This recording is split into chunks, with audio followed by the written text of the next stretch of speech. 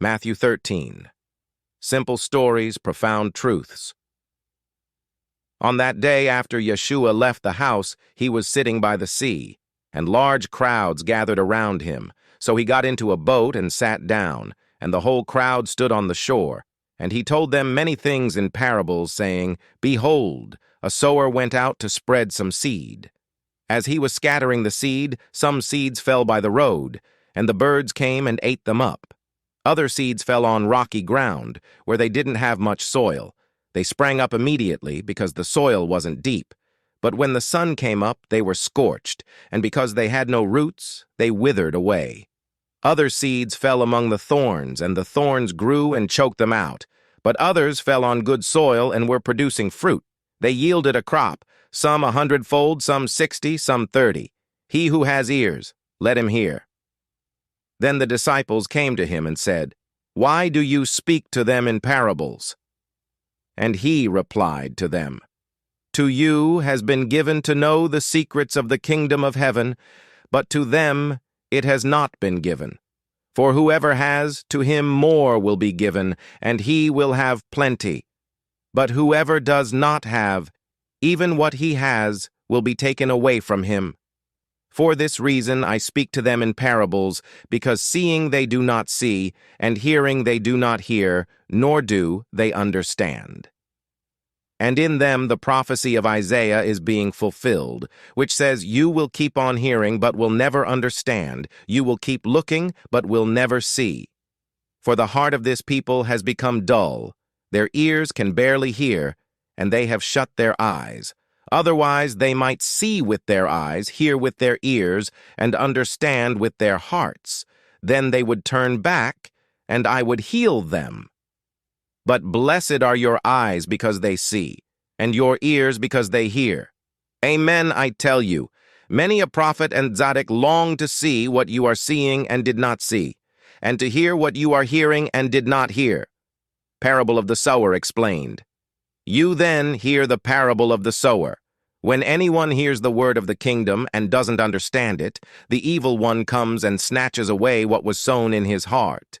This is the one having been sown along the road. The one sown on rocky ground, this is the one who hears the word and immediately receives it with joy. Yet he has no root himself, but lasts only a short while. And when trouble or persecution comes because of the word, immediately he falls away. But the one sown among the thorns, this is the one who hears the word. And the worries of the world and the seduction of wealth choke the word, and it becomes unfruitful. Now the one sown on the good soil, this is the one who hears the word and understands. He indeed bears fruit, yielding 100-fold, some 60, some 30 times what was sown. Yeshua tells more parables. He presented to them another parable, saying, The kingdom of heaven is like a man who sowed good seed in his field. But while the men were sleeping, his enemy came and sowed weeds among the wheat and went away. Now, when the stalk sprouted and produced grain, then the weeds also appeared. So the slaves of the landowner came and said to him, Master, didn't you sow good seed in your field? Then where did the weeds come from? But he replied, An enemy did this. Now the slaves say to him, Do you want us, then, to go out and gather them up? But he says, No, for while you are gathering up the weeds, you may uproot the wheat with them. Let both grow together until the harvest. At harvest time, I will tell the reapers, First, gather up the weeds and tie them in bundles to burn them up, but gather the wheat into my barn. He presented to them another parable, saying, The kingdom of heaven is like a mustard seed, which a man took and planted in his field. It's the smallest of all seeds, yet when it's full grown, it's greater than the other herbs. It becomes like a tree, so that the birds of the air come and nest in its branches. He told them another parable. The kingdom of heaven is like hametz, which a woman took and hid in 3 measures of flour, until it was all leavened.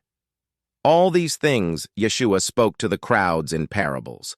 And apart from a parable, he wasn't speaking to them, in order to fulfill what was spoken through the prophet, saying, I will open my mouth in parables, I will utter things hidden since the foundation of the world." Then he sent the crowds away and went into the house.